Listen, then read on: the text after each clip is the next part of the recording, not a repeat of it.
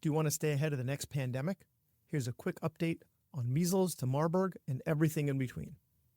Dr. Tyler Evans is an infectious disease and public health physician who currently serves as CEO and co-founder of Wellness and Equity Alliance. He's led major initiatives at Curative Incorporated, Marin County Health, and New York City's COVID-19 response. He oversaw the delivery of over 2 million vaccine doses nationwide and has deep expertise in HIV/AIDS, refugee health, and global infectious disease through work with Doctors Without Borders and the AIDS Healthcare Foundation. He's the author of Pandemics, Poverty, and Politics, Decoding the Social and Political Drivers of Pandemics from Plague to COVID-19, which explores how social and political forces shape the spread of disease. Hey, this is Brad Block, host of The Physician's Guide to Doctoring. This is a personal and professional development podcast for physicians where we have experts on the show that try to teach us everything we should have been learning while we were memorizing Krebs cycle. Doctors change lives every day, but what happens when life changes yours? A single injury, a sudden illness, your career, your income, your future can shift in an instant. The best physicians don't just plan for success, they protect it. At Set for Life Insurance, they believe financial security isn't a luxury, it's a necessity. True own occupation disability insurance ensures that no matter what happens, your future stays in your hands. Because protecting your income means protecting everything you've built. Visit drpodcastnetwork.co/setforlife today. Secure your future before life makes that choice for you. Dr. Tyler Evans, thanks so much for being on the podcast. Yeah, it's great to be here. Thank you for having me. Really excited. Looking forward to this conversation. I loved how genuine that sounded. So before we get started, I love to start with a story, right? And I'm sure you, in what you do, you have lots of amazing, poignant stories. So let's start with an example that demonstrates the benefits of the important work you do, like something on an individual level that can help our patients understand what it is you do a little better. How about two? Two stories. We're negotiating. Two. I'll give you more of one sort of a micro and one sort of a macro. And so the micro is more just me as a doc working in some of the sort of the foxholes of global health crises. So I was in South Sudan working with MSF, Doctors Without Borders. I was the only doc for 29,000 IDPs, internally displaced people or refugees. And that translated to me just never sleeping. And a concrete sort of benefit that I had to help build, I was there to build a pediatric malnutrition hospital. Now, I'm neither a pediatrician nor a nutritionist, so I had to figure out a lot of this stuff on the fly. But I did, because as an infectious disease trained physician, I did learn to build out some things that I did actually understand, which were a TB program and a visceral leishmaniasis program, which is otherwise known as Kala-Azar. And it's an infection that usually adolescents, youth are infected by. It's transmitted through the sandfly. And it was because we were right next to the Nile River. So I saw all these kids with these really large spleens, and the disease detective in me said, all right, that's weird. What's the sort of pattern here? And so I just started to track these sort of patterns. And really the differential was relatively narrow. I mean, there's really 4 to 5 top diagnoses here, and ultimately did a little bit more research, and it turned out visceral leishmaniasis right next to the Nile River. I needed a water source was likely the cause. So the good news is there's a treatment. And so we got dozens of these kids treated and went on their way. And ultimately, as other MSF crews got in there, they basically were focusing really heavily on that. So that's amazing. One example of just being in the fields and just thinking through medicine, and particularly in the US, so much of it is sort of hospital based, so much of it is procedurally based. We have so many diagnostics available to us. We don't think through the sort of our diagnosticians' abilities have waned, I think, and we rely too much on the medical apparatus. So just being in there and being able to really think through these and help folks was great. On a macro level, working as the chief medical officer for New York City during the COVID pandemic, I guess really working between City Hall and other kind of policymakers or whatnot, and then working with communities and being able to provide access and keep people out of harm's way was a pretty compelling experience for me, and just allowed me to help address the system, which I often say that I still see patients, but I've replaced a lot of my individual day-to-day duties to basically working on a more systems level. So I treat the system as my patient. The system is sick, very sick, and it's getting sicker. And so that's just examples of how I kind of approach healthcare.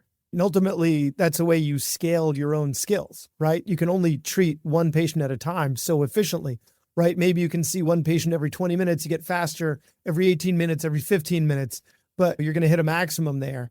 But the way that you scale your own skill set and knowledge is by working on a more systems approach. So you can have more impact. Exactly. Yep. The main theme of today's interview is going to be just an update on a bunch of infectious disease that most of us haven't seen in our residency. We read about it, we were tested on it, and then we forgot about it because it hasn't been around. And now, unfortunately, because of waning vaccination, they are back. In addition to some new diseases that we might not even heard about.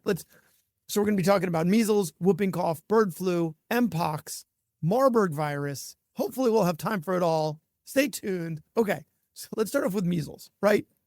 Just where do we stand right now in the U.S.? As of today, we're at the end of April. The episode will be coming out in a week or two. So where do we stand right now in the measles pandemic? What do we call it at this point, actually? Not pandemic, epidemic. Outbreak. The measles outbreaks. Outbreak. We could call it epidemic. Epidemic is any number that sort of increases beyond sort of endemicity. So it's rightfully an epidemic. Pandemic would be, and just to right. Yeah, I mean, epidemic that essentially crosses transnational sort of epidemic. There's some more complexities to the term. And in my book, I define pandemic in a certain way. There's a few different ways to define it. And so I looked at essentially any epidemic between 1899 to the present that basically went through this particular rubric. I defined it as infecting at least 1 million people, but there's a few ways to approach it. But back to measles, we're not looking great, but it's not as abysmal as a lot of folks think. It really just comes down to vaccine coverage. And as we know in Texas, a lot of the reasoning behind the outbreak was one particular community, Mennonite community, that have some different beliefs on vaccinations, did not have optimal vaccinations. And so particularly in rural areas, particularly in those areas, they were more at risk. And so we've been seeing, given the risk of measles infectivity, we define it as an R0. Essentially, you want me to talk about that? Sure. R0 is just basically somebody walks into a room who's infected with measles. You got 100 people in a room. How many people, they sneeze, how many people are they going to get sick?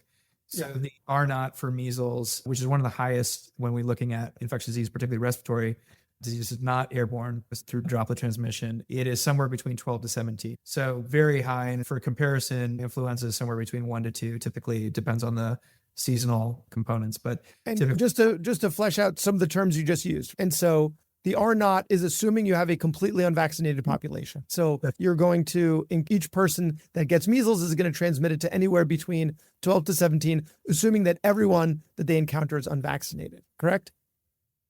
They don't have vaccine protection. So you sneeze in a room full of vaccinated people that have competent immune systems, that number is going to be very different.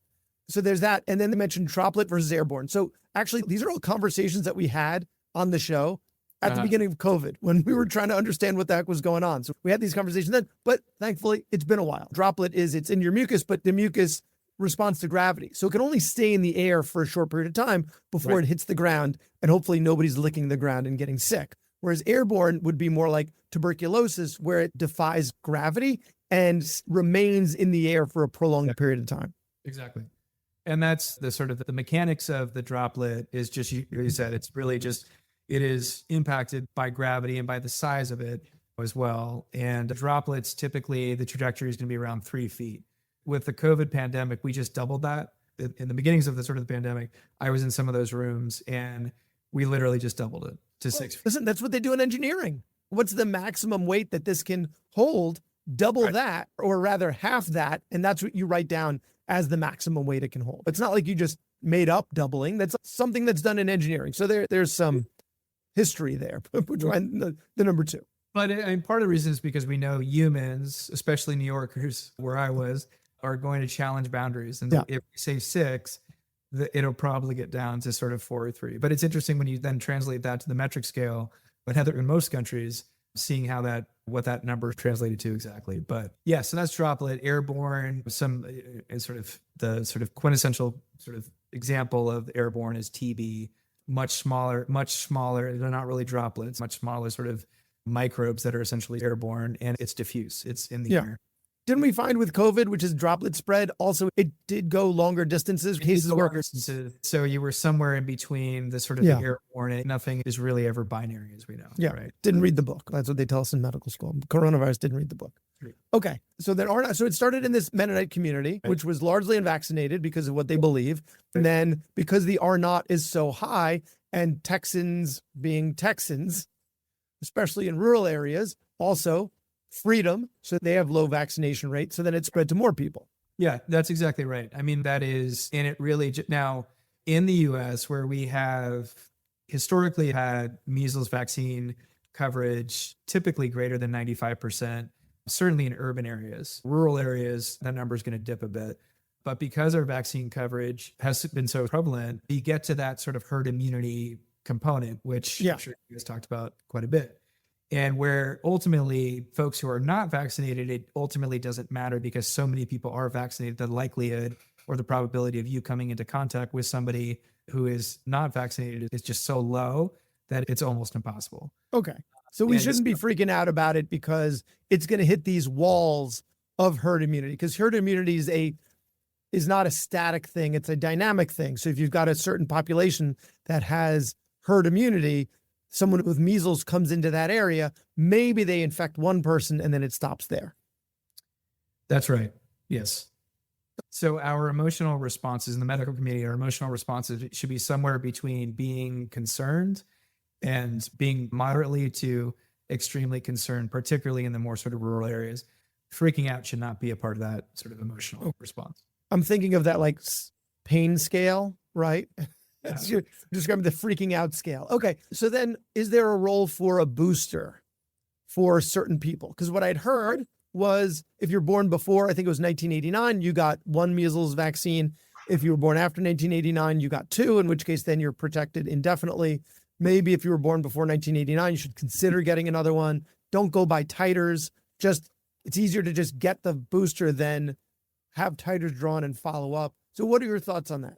It all depends on risk. I would say as a healthcare worker, if you are in the weeds, particularly I'd say as a pediatrician who's working in rural settings or something like that, and this one's important. If you are looking at local prevalence of any measles outbreaks, if you are in that area, absolutely, I would say go get a booster. No, there's no issue with that. And that's in fact, when we had a mumps outbreak in LA, where I used to work, and it was particularly around men who have sex with men. And we were just basically, as opposed to doing the titer, which takes time and whatnot, we just said, go ahead and get the MMR because it's the same vaccine again. So yes, agree with that.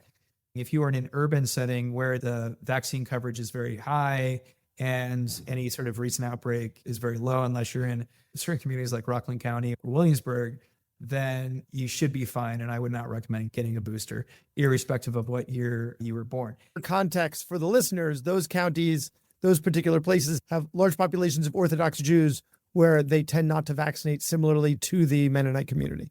Yeah. And importantly, though, for the Orthodox Jew or the population, it's not vaccine hesitancy per se. It's not that they don't believe in the science of vaccinations. That's a really important to just. I lived in Israel for 3 years. Their vaccine coverage typically among the Hasidics in Israel is actually quite high. In the US, though, because there's a disconnect, folks living off the grid and whatnot, that's essentially the reason why a lot of folks don't get the childhood immunizations. Got it. Interesting. So it's not because of their politics, because they tend to lean right, and now we're seeing more people on the right not get vaccinated. It's not that. It's just they're just off the grid. And so because they're not involved in the school systems and whatnot, they just don't have these entry points. Got it. Yeah. Okay. But I would, just to close that out. So if you're a physician working again in an urban setting where there have not been any sort of recent sort of outbreaks or any concerns, there's no need to get that booster. Got it. So in the Northeast, there was someone who took an Amtrak train from Boston to Washington, D.C., and so if you happen to be someone that lives between Boston and DC, it doesn't mean that now you have to get your vaccine. We're looking for where are these things springing up, and then maybe consider getting, especially if you might be exposed to it, right? You're a radiation oncologist, probably not. You're a pediatrician, emergency medicine, something that deals with upper respiratory tract infections, then that's a different story. Yep.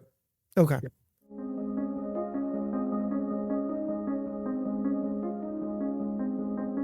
Hey there, it's Brad.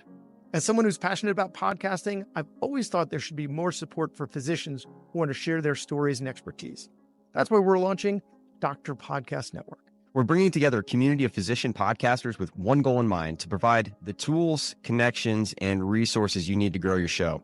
So whether you've been podcasting for a while or maybe you're just starting, we've designed this network to support you every step of the way, and we're going to help each other rise, not compete. If this sounds like something you'd benefit from, we'd love for you to join us as we get closer to launch. So you can sign up at drpodcastnetwork.co for early access. Stay tuned for more details in the coming weeks. Really looking forward to what we can create together. Doctor Podcast Network, where doctors podcast. Doctor Podcast Network, where doctors podcast. Doctor Podcast Network, where doctors podcast. I would just say as a patient, which as a physician, occasionally we are patients, if you are immunocompromised or pregnant or any other reason that you were at increased risk, then I would say that you may want to talk to your primary care provider about that. Makes sense. So let's move on to whooping cough, because that apparently has become much more prevalent as well. And I think we're having a big outbreak of whooping cough that's not really making the news like the measles is. The variability of media coverage on infectious disease outbreaks is interesting. Sometimes we shift for certain reasons and shift to the left for other reasons. The reasons behind any outbreak for whooping cough or pertussis is the waning immunity. And we typically find that waning immunity starts to really manifest at least 5 years beyond their last vaccination.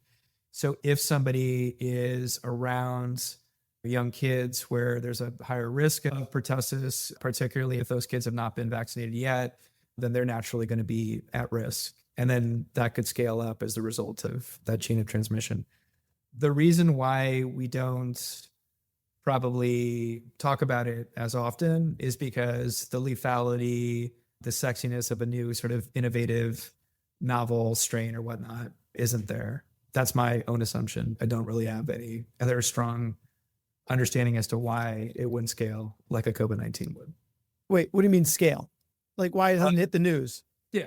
Oh, okay. But tell us anything more that you know about the outbreak that we should be aware of. I would just say that the waning immunity is the most important piece that folks should be concerned about. Got it. Okay. So I did an episode maybe 6 months ago about bird flu, H5N1, and now that doesn't seem to be in the headlines anymore, at least not consistently. We've seen that happen in the past, not with its prevalence in the news cycle, but with its prevalence in the US, where it just you'll have an outbreak and then it'll just, for unknown reasons, just stop. Is that what's happened now, or is it just not being covered? So it's probably a little bit of both. And there's going to be a theme to a lot of these. And we're going to see it's going to be worse in the future what this theme is. And really, it's the impact to public health infrastructure and our surveillance systems. Because of the significant cuts that are taking place, we are not going to be able to be tracking a number of pathogens out there. This just came out, for example, on not testing dairy products, specifically milk, as often. As a result, you've heard of this?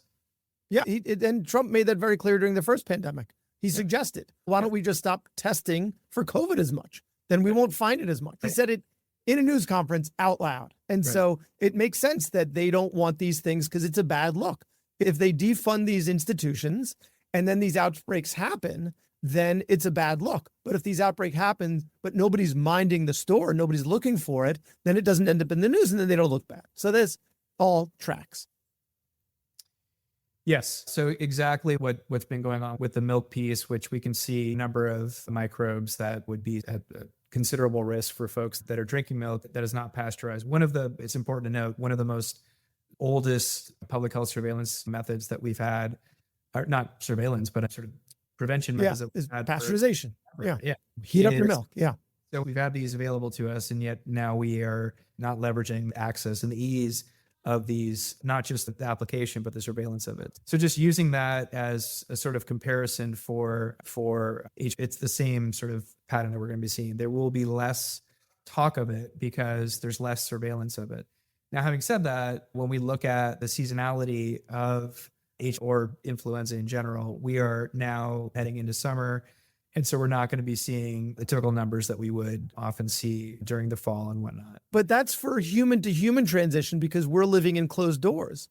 Does the better weather really impact the way animals interact with each other? Do they spend more time outdoors in the summer than they do in the winter and therefore transmit diseases to each other less frequently? Oh, sorry. Are you asking about the H5? Because there hasn't been human to human transition of H5N1 yet. So Right. we're talking about it being prevalent because it's being transmitted from animal to animal. But are you asking whether or not we're covering it in the media because humans are not getting infected as much, or in general, we're not testing the animals? Both. Like why it's not.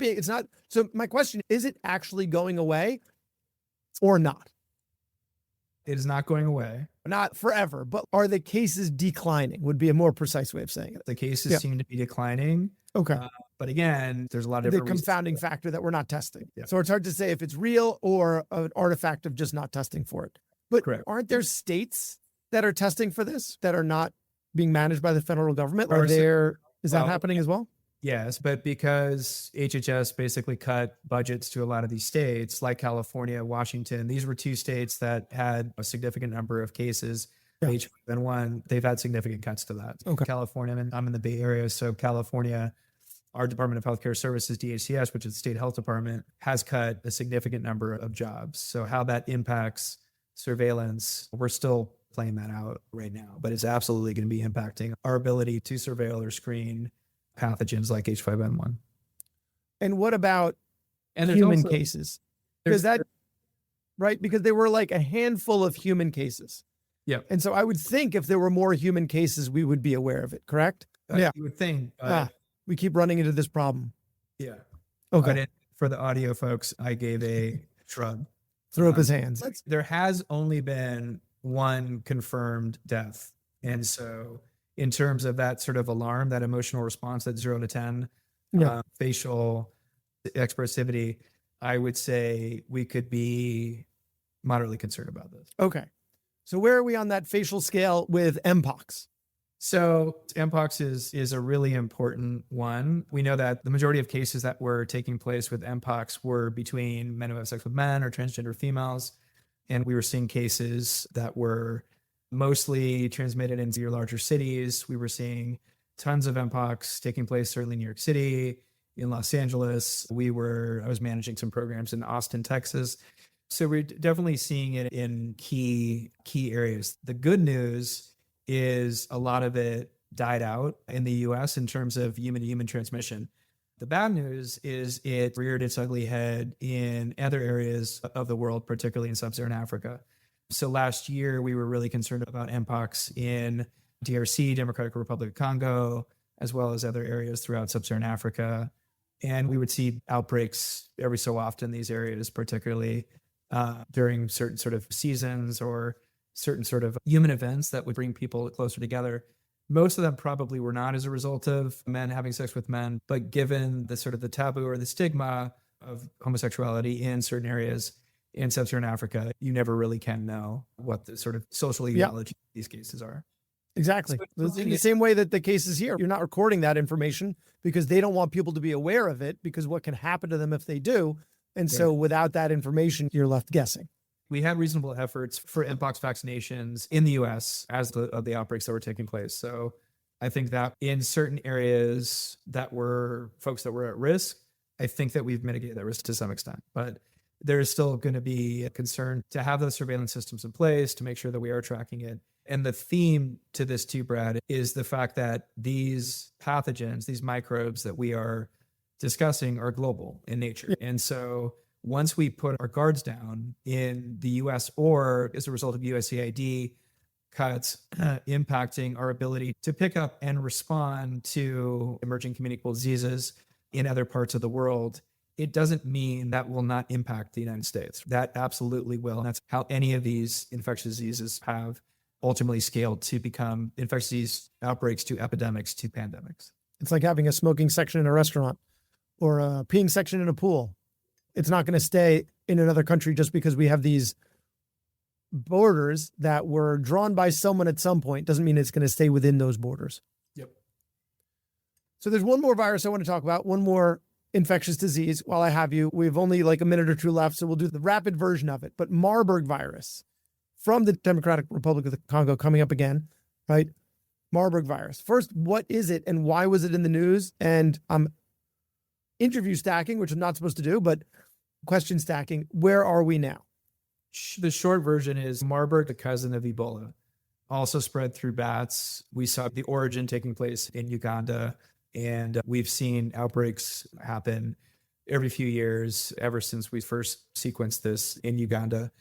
And there was a outbreak that took place, I think it was 2023.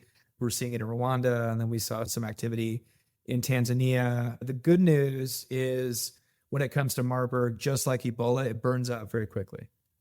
The case fatality rate is not as high as Ebola, which without any supportive treatment, for Ebola, I worked on the front lines of Sierra Leone and DRC for Ebola twice. The case fatality rate could get up to 40%. Marburg doesn't quite get there, but it does burn out very quickly because it manifests very quickly. People get sick, they die, or they convalesce. And we typically don't see it spread into urban areas, which is a really important point. If it did get in urban areas like Ebola had gotten into Goma, for example, in DRC, which is a city, then we have significant concerns. But as long as it stays in rural areas, the concerns for spreading are somewhat mitigated.